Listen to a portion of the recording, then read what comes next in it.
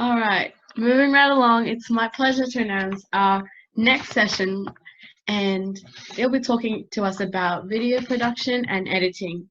Please welcome Colleen Johnson from FTC Team 3595.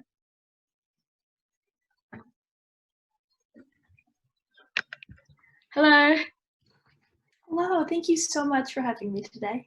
All good. How are you going? Doing all right. How are you? I'm good. Yep. Are you ready for your presentation? Are you all good? Absolutely. Yep. I'm excited because I'm a video nerd myself.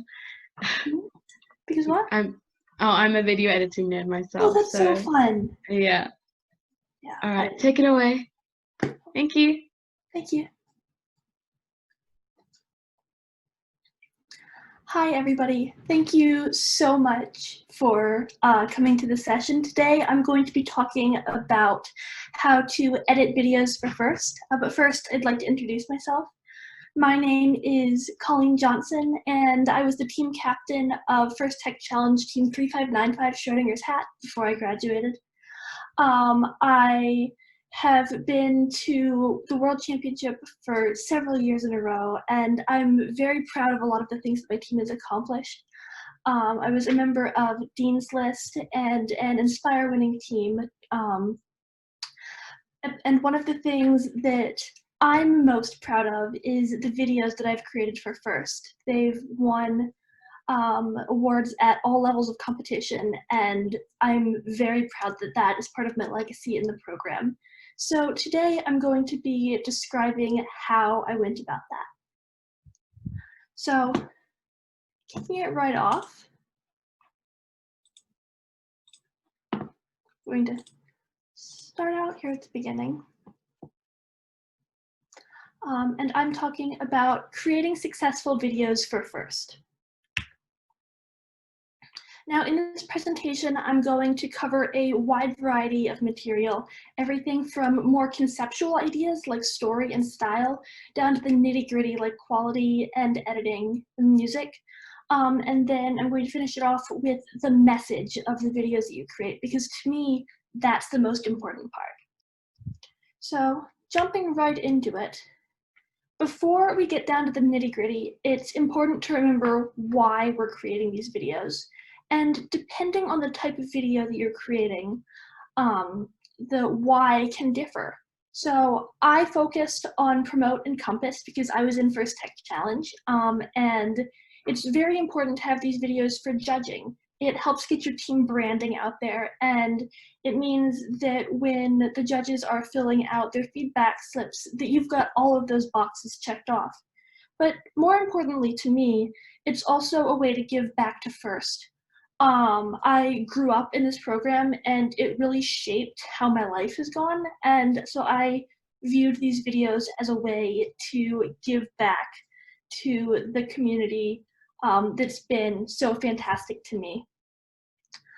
I've had videos that were used to create or to find sponsorships for FIRST that have been sent out to the entirety of the MIT mailing list by Woody Flowers and to recruit volunteers. And that to me is really one of the things that I'm most proud of.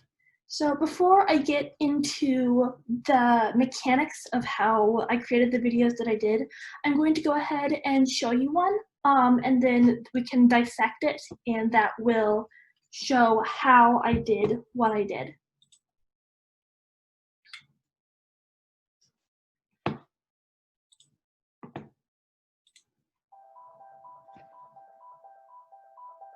It takes one moment to change a life.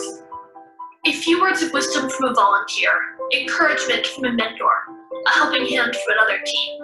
These experiences change and inspire us. FIRST makes these moments possible. Every season, every tournament, every team meeting, lives are being changed. We learn to design, to build, and to troubleshoot. We discover new passions and new ideas. We learn to think innovatively. We build our confidence. We become part of a community and make lifelong friends. And once we have been inspired by FIRST, we know that we can be part of that change. We can be that helping hand, that volunteer, or that mentor. If we take the time to create these moments for others, we can change lives. And when we change lives, we change the world. This is how we pay first forward.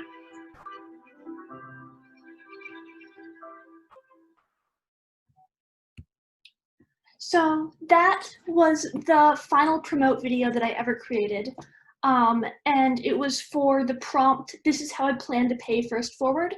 And so now I'm gonna go back to the slideshow and break down how I did it.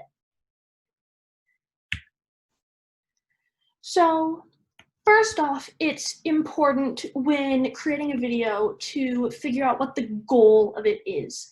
Now, it can be really overwhelming to just be given a prompt or to just have an idea, but it makes sense to break it down into the actual goal. Now, you want to change the style of the video depending on what the end goal of this video is. So for instance, if it's a promote video, it's to promote first, and I want that to be my end goal. If it's a robot reveal video, we want other teams to see our robots and think that we would make a great alliance partner. So again, that's a very different goal. And that's something that I try and keep in mind for the entirety of the time that I'm creating one of these videos.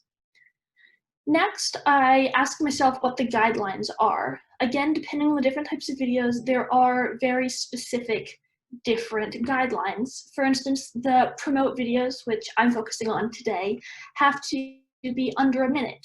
Teams have to have rights to any music that they use and rights to all of the clips. And so it's really important to keep those guidelines in mind. The next thing I ask myself is, who is my audience? Now, for instance, a robot reveal video meant to go out to a bunch of teams, a bunch of your peers, is a very different audience than something that is created for fundraising purposes. And so making sure that the content that you are creating is relevant to that audience is important when coming up with a general idea. Once you've considered these, it's important to figure out what you want the story of the video to be. What are you trying to say? This differs from video to video. Promote is to promote first. Compass is a thank you to a mentor, different things like that. And so you want to make sure that that story is included in all of the different aspects of the video. Next, and kind of tied in, we've got who is this video about? So again, Compass, it's a thank you. Chairman's, you're advertising your team. You want to make sure that these videos are actually applicable to the content that you are trying to make. It's very easy to make a bunch of advertisements for your team. And in doing that, that can kind of miss the point of, say, the promote video, because yes, your team, I'm sure, is fantastic, but it's a promotional video about first. From that point, I move on to asking myself, how do I want the viewer to feel? Both while they're watching the video and afterwards. And so do I want them to feel motivated to go out and join a team? Do I want them to feel inspired? Do I want them to donate to an organization? That ties back in with the end goal and is very important because that emotional connection is really where you get the viewer. Finally, I ask myself, what do I want the viewer to take away? In a week or a month, if somebody asks somebody who viewed my videos, what was it about? I want to make sure that there is something succinct that they can take away. So I wanted to, with that promote video that I showed you, show just how impactful first can be when we pay it forward. And including the link at the end made sure that they had a way to get involved if it was something that they were interested in.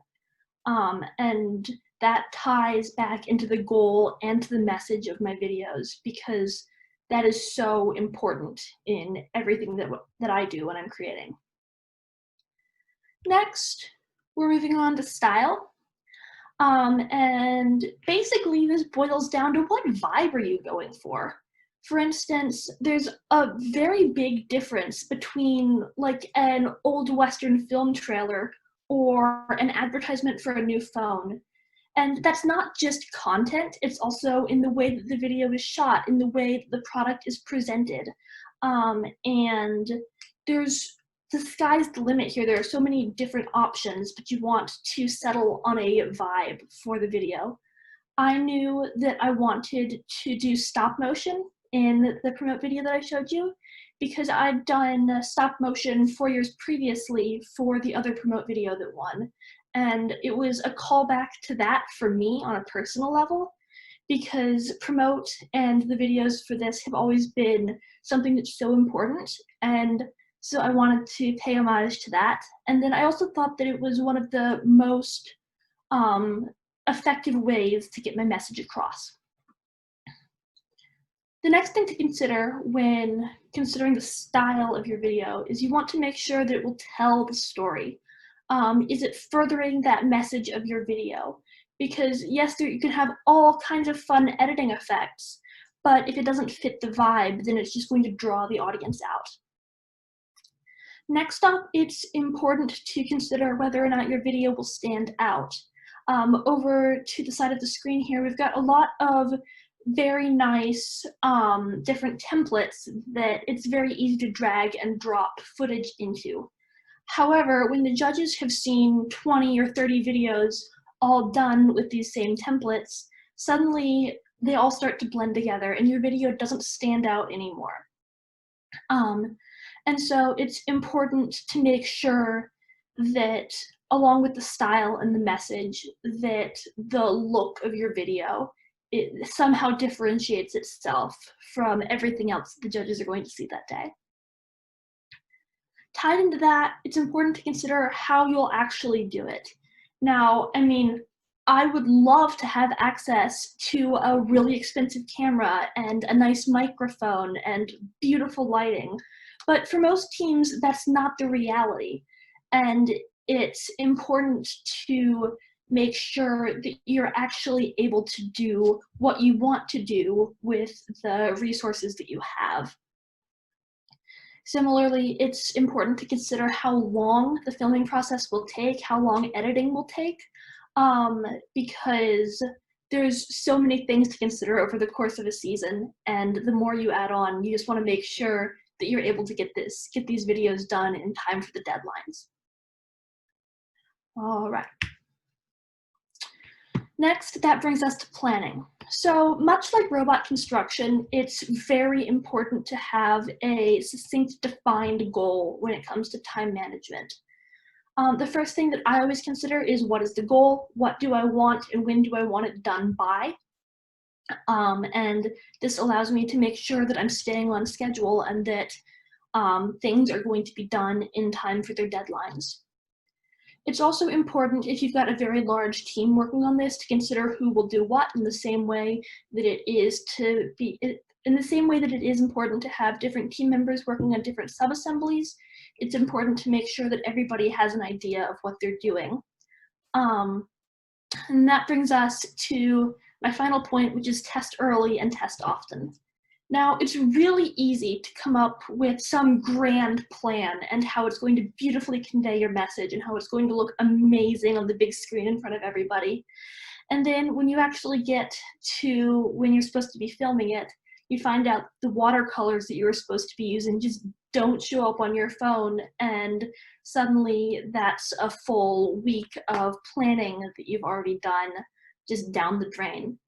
And I mean, that's absolutely a hypothetical consideration, not something that I've ever done, but it really pays to test. Otherwise, you will end up having to throw away weeks of work, and that's heartbreaking. Moving on, this brings us to video quality. Now, there are a wide variety of ways to improve your video quality. The first starts with your camera. And nowadays, everybody's carrying around a really impressive camera at this point. And it's good to make sure you know how to use it to get the best response from it possible. I find that it's very useful to stabilize my camera when I'm working. whether that's with a tripod or if I'm keeping my phone to a stack of books. It honestly depends on the situation, but making sure that you don't have a bunch of shaky footage, because that can very quickly draw the viewer out. That also ties in to quality, making sure that you're filming in the highest quality possible given the resources you have available. Because I know the end goal for a lot of us is to have these videos up on the big screen in front of all of our peers. And if the videos are shot in a lower quality, that doesn't translate as well. That also applies to lighting. Now, in the first stop motion video that I ever made, I was really, really proud of all of the different aspects that I had going on. I was proud of everything that I'd created in that video. And one thing that, in retrospect, I wish I'd done better was focus on the lighting. As I was shooting throughout the day, I didn't realize that the lighting was changing outside my windows. And when I watch that video back now, it's very noticeable. And so that's something that I learned from and fixed in the last video that I created. But it is a lot easier if you have that information now to just not make that mistake in the first place. That brings us to visibility. Again, if you want these videos to be shown on the big screen, it's important to make sure that what you're trying to show is actually able to be seen by the audience. If you've got a lot of small things going on screen, that can be really cool to look at up close, but it's very easy to get lost. And so you want to make sure that what you're showing actually shows up. Moving on to audio, there's also a wide variety of ways to improve your audio just from your smartphone now. There are a bunch of resources online that honestly I don't feel qualified to speak to anymore, because I was doing this, 5 years ago, and my phone was not the best. But now there are so many different ways to do this, and my advice to you is to keep up to date with the technology that you have at your disposal and look at the resources online to best utilize that. All right. That brings us to video editing. Now, I've used a variety of video editing programs throughout my course and my time in first. I started out with iMovie, and originally it was fine for what I wanted to do. It was free software that came with the computer, and it was good enough. But as I started wanting to do more and more complex things, it felt like I had to fight the software to get where I wanted to go. And eventually, for my last year, I upgraded to Final Cut Pro, and suddenly it's like the whole world was open to me as far as editing goes. There were so many different things that I could do, and if I'd had access to that in years prior, it would have made my job a lot easier. And so it's important to make good use of the tools that you have and to look around and seek out different options if the program that you're using is not working for you, because you can save quite a lot of time by using a program that actually works for you as opposed to against you. That moves us on to flow. Now, when I'm designing a video, I go so far as to storyboard out the major points that I want to create, especially when I'm doing something like stop motion that requires a huge amount of pre-planning. I make sure to do just a rough outline of what I want and when I want it. And this allows me to make sure that the flow is right. Because, for instance, if I had one clip and then I cut it right in the middle to jump to something else, the audience would be drawn out of the video, and suddenly it doesn't seem cohesive anymore. I talked about templates earlier, and they are a seemingly very easy way to get a high quality video with a minimum amount of work, but they are so common now that it's really easy to see when somebody has used one. And suddenly when judges have got, 5, 10 videos that are all done in the same format with the same templates, it's really difficult to stand out. So I personally would advise get away from that, or if you are going to use templates, use them sparingly and in a way that furthers your message.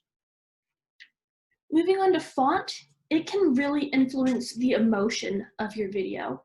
For instance, this is different than this, is different from this, and from this, and from this. And when I was creating videos, I made sure that all of my fonts worked with the emotion and the style of the videos that I was creating. Because if you're creating something very emotional and very heartfelt, it's going to be hard for the audience to take you seriously if, say, you're using Rainbow Comic Sans. And so I made sure to settle on a style that reflected the emotion that I wanted to put forward. That's also important when it comes to legibility.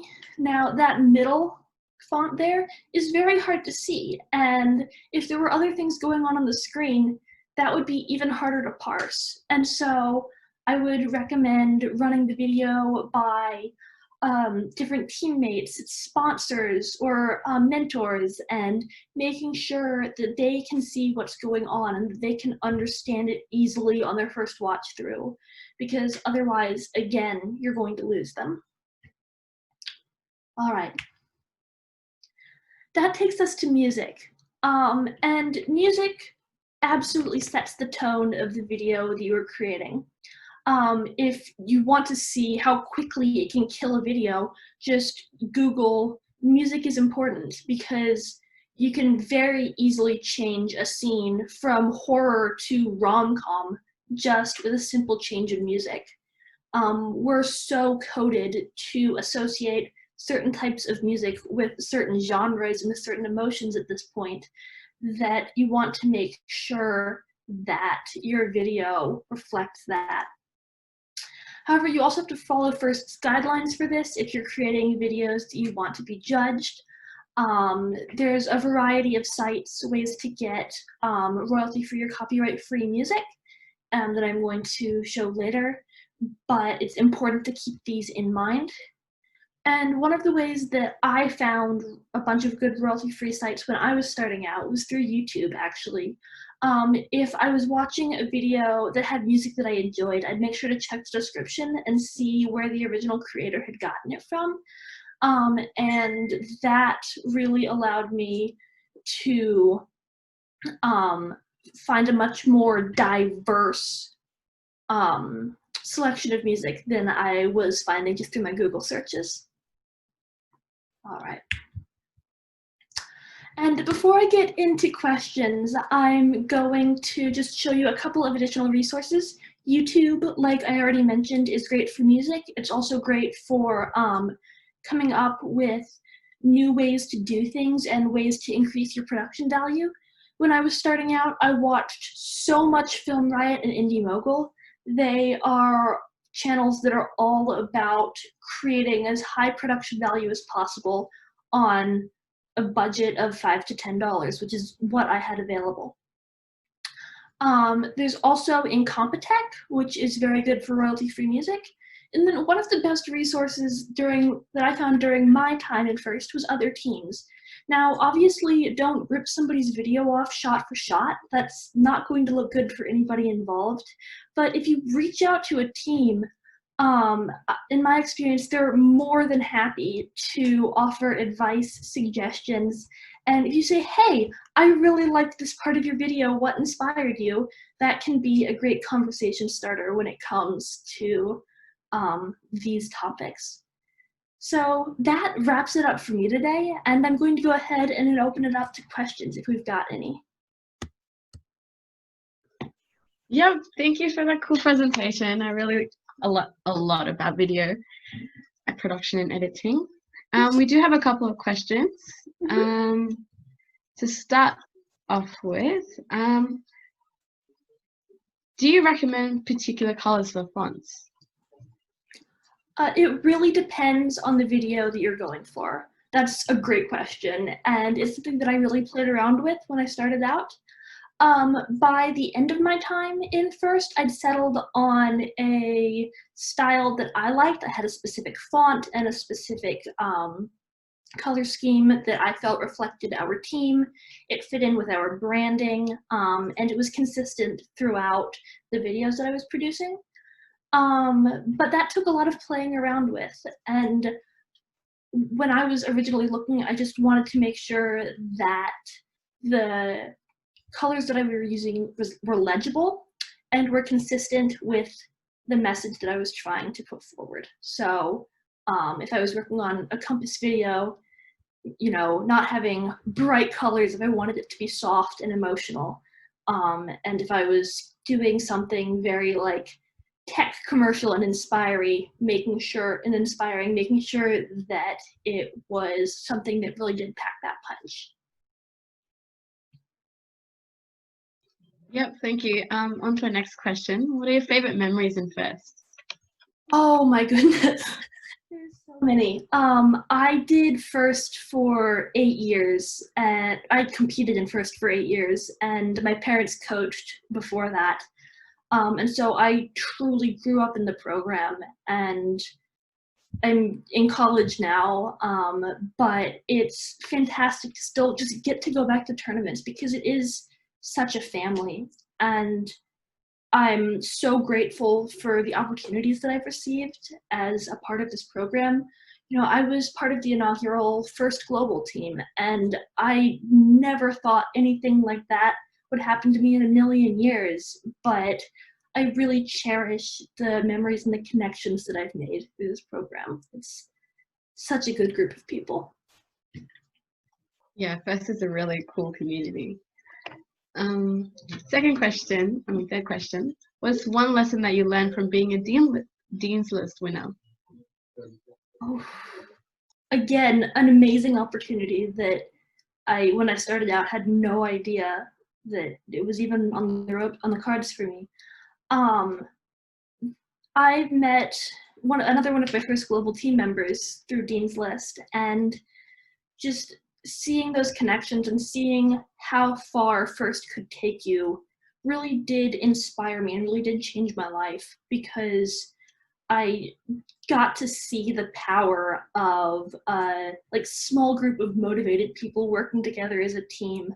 And obviously you see that more overarching in first, but just getting that time to work with such an amazing group of people, really, it resulted in life-changing opportunities and lifelong friends.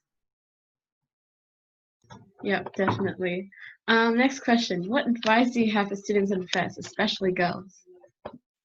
Ooh, that's another great question. And there's so many different pieces of advice that I could give you. One of the things that was most important to me was taking advantage of opportunities when I was in first. Obviously, we're all incredibly busy people, and we've got so many different things going on, and it's very easy to say, thank you, but I don't have time. And so for me, making that time for the opportunities really allowed me to make the experience mine. And it's a really good way to get your name out there and get your foot in the door. Especially as a woman in STEM, it can be very difficult to deal with a lot of the systemic issues in place, but saying yes to things and taking advantage of those opportunities really helps you overcome that, or at least helped me overcome that. Yeah, I can relate to that too. Next question. I've heard that you competed in the first global challenge. Can you share a few experiences, and how does that compare with the experience in FTC? It was amazing, and I want to say that it was completely different, but at the same time, the heart of it was the same. It was still that idea of gracious professionalism and family and friendly competition that is inherent to all of the first programs.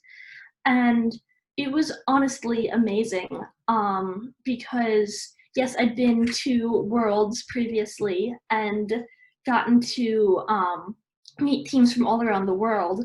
But when I was going, I was meeting teams who I already knew for the most part. And so First Global was a very interesting experience because we were all starting out. We talked a lot online leading up to the competition, but it was everybody's first year. And so it was a very different competition with the same heart. Yeah. Next question. How long does it take till you become good at video production or editing? It really depends. Honestly, the first video that I ever created for the first promote video, it's not online anywhere. It was bad. It was really bad, and I feel bad for the judges who had to watch it.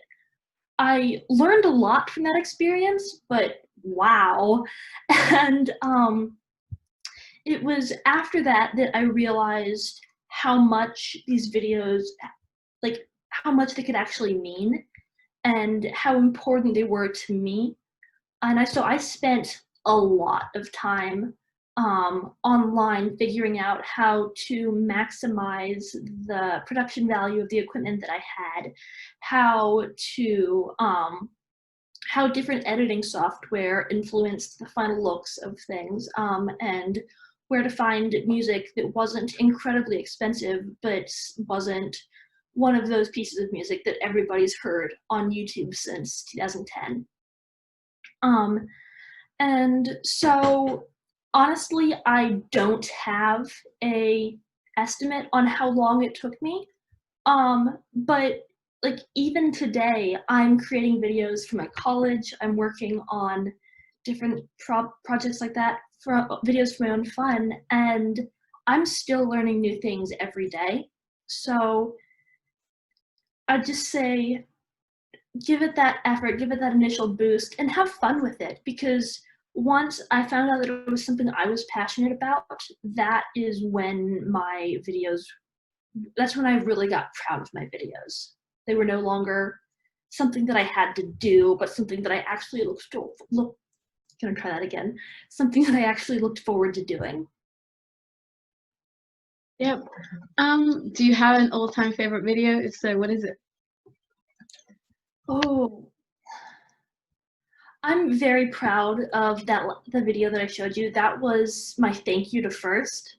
That was my last year, and I wanted to say thank you for all of the amazing memories. But then I'm also very fond of some of the Compass videos that I've created. Those are thank yous to individual people or volunteers who honestly have changed my life. And so it's a very different style of video, but those are some of the ones that are the most heartfelt for me. Basically, if a video is a thank you from me, then it's going to be very emotional, and I'm hopefully going to be very proud of it. Another question. Are you still connected with First? If so, how? Yeah, it's like I said, it's a family, and one of the first people that I met at the college that I went to, which is a small liberal arts college in the middle of nowhere, Oregon, was a fellow First alum, and we bonded over that, and it's really important to see those connections. I still volunteer for tournaments and try to make sure that I'm paying everything back in the same way that the program changed me. And so I'm delighted to still be able to be a part of this community, despite the fact that I'm graduated. And then I'm excited to be invited to things like this, because this again allows me to take so many of the things that I've learned and pass it on to teams who are up and coming now.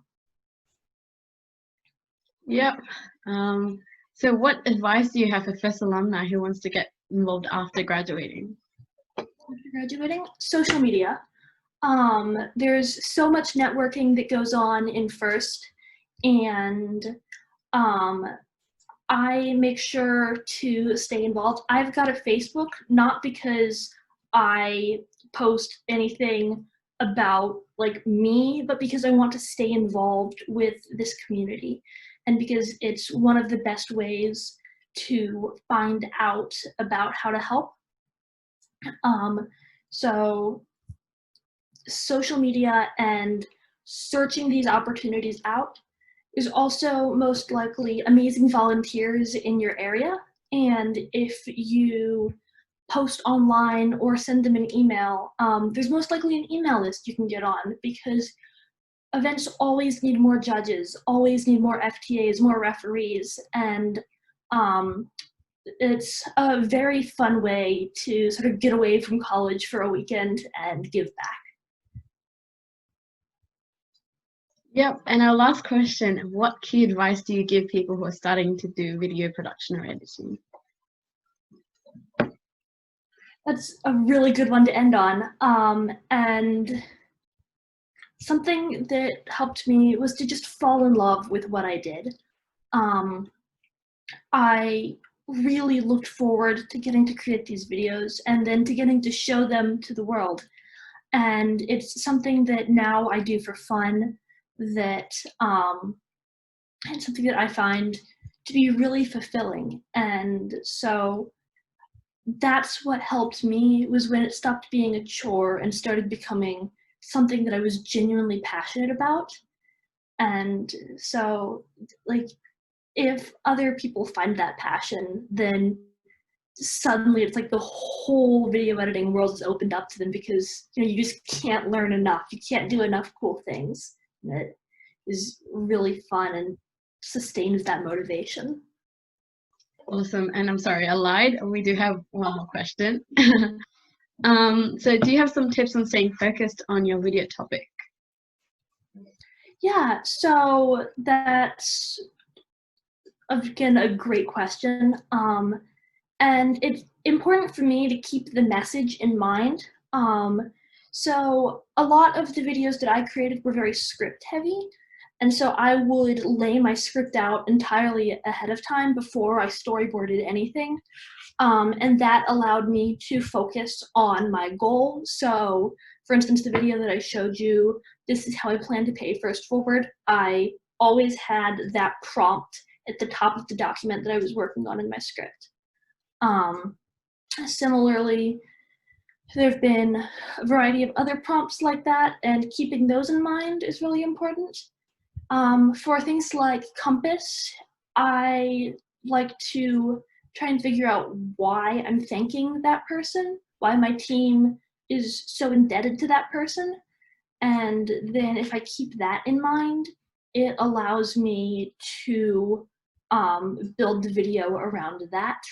And that's just me personally, though. We all have our different ways to maintain the focus. But what I find to be most effective for me is to find that message and then keep it in mind. And a part of that question was, does editing to a fixed time help? Yes and no. I do really enjoy creating videos that have to be under a minute long, because it gives me somewhere to go. And then, when I was creating videos for college and I didn't have a time limit, it was suddenly like, oh, I've got so much time, but also, oh, I've got so much time. Because it really, a time limit like that really allows you to be succinct, but it also means that everything that you're putting in that video has to be important. And so, yes, it helps me to keep things focused. But more so than that, it's just maintaining that central idea for me that has really, I think, been so important in the videos that I've created. Yep, perfect. I think that's about it. Thank you so much for your time. Thank you so much for inviting me. I had a lovely time. Same, I had a lovely time too. All right, thank you.